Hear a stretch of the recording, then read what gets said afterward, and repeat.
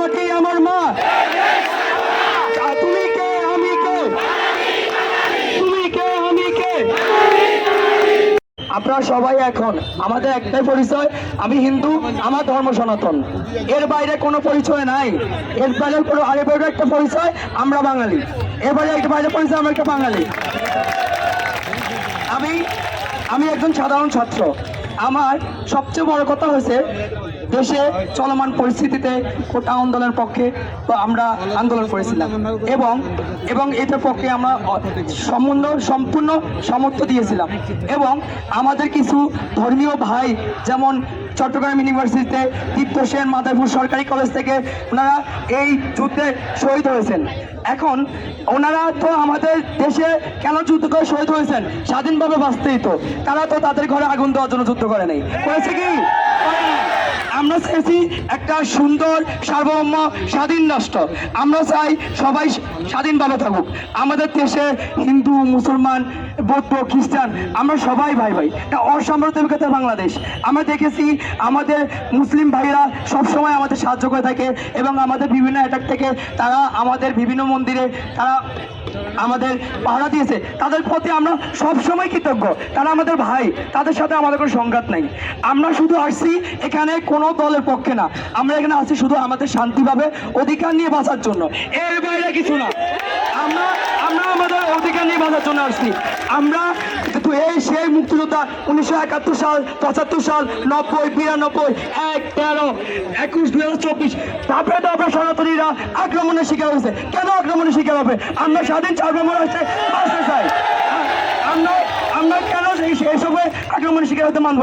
2021 রক্তাক্ত সারদা, আমরা কখনো এরকম সারতে চাই না। যদি চাই আমরা সকল সারতে এক হতে চাই। আর সবচেয়ে বড় কথা যে কবি নজরুলের বাড়ি, গাই সাম্যের গান, মানুষের চেয়ে বড় কিছু নয়, নয় কিছু মহিয়ান। আমরা সবাই মানুষ, আমরা চাই সবাই শান্তিভাবে বজায় রাখার জন্য।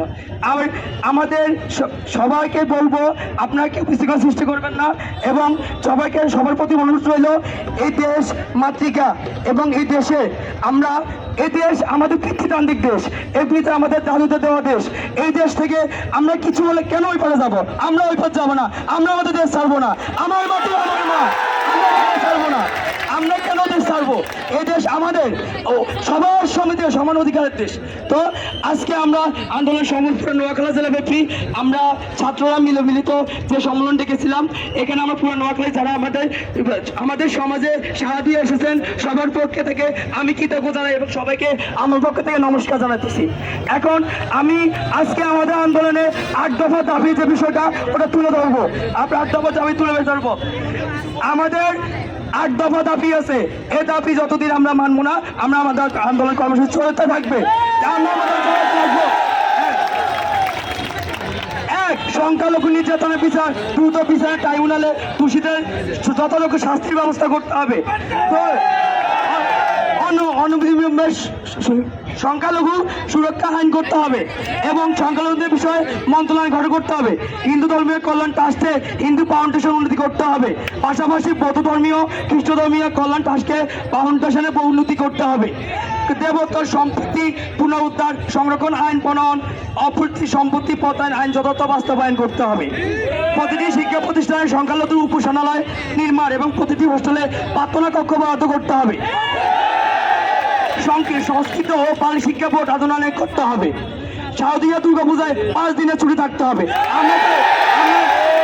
আমরা খেয়াল করেছি যে আমাদের শারদীয় দুর্গা পূজায় আমাদের যে বড় দাদারা থাকে তাদের অফিসে সর্বোচ্চ 2 দিন থেকে 3 দিন ছুটি দেওয়া হয়। তাতে তো আমরা শান্তি মতো বছরে একটি মাত্র অনুষ্ঠান সুন্দর করে করতে পারে না।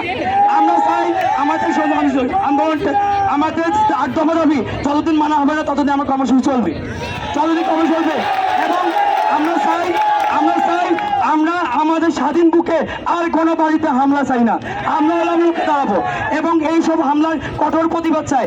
আর সবাই নিজ নিজ দায়িত্বে নিজ নিজ বাড়িতে কেন পাহারা দিয়ে থাকবেন।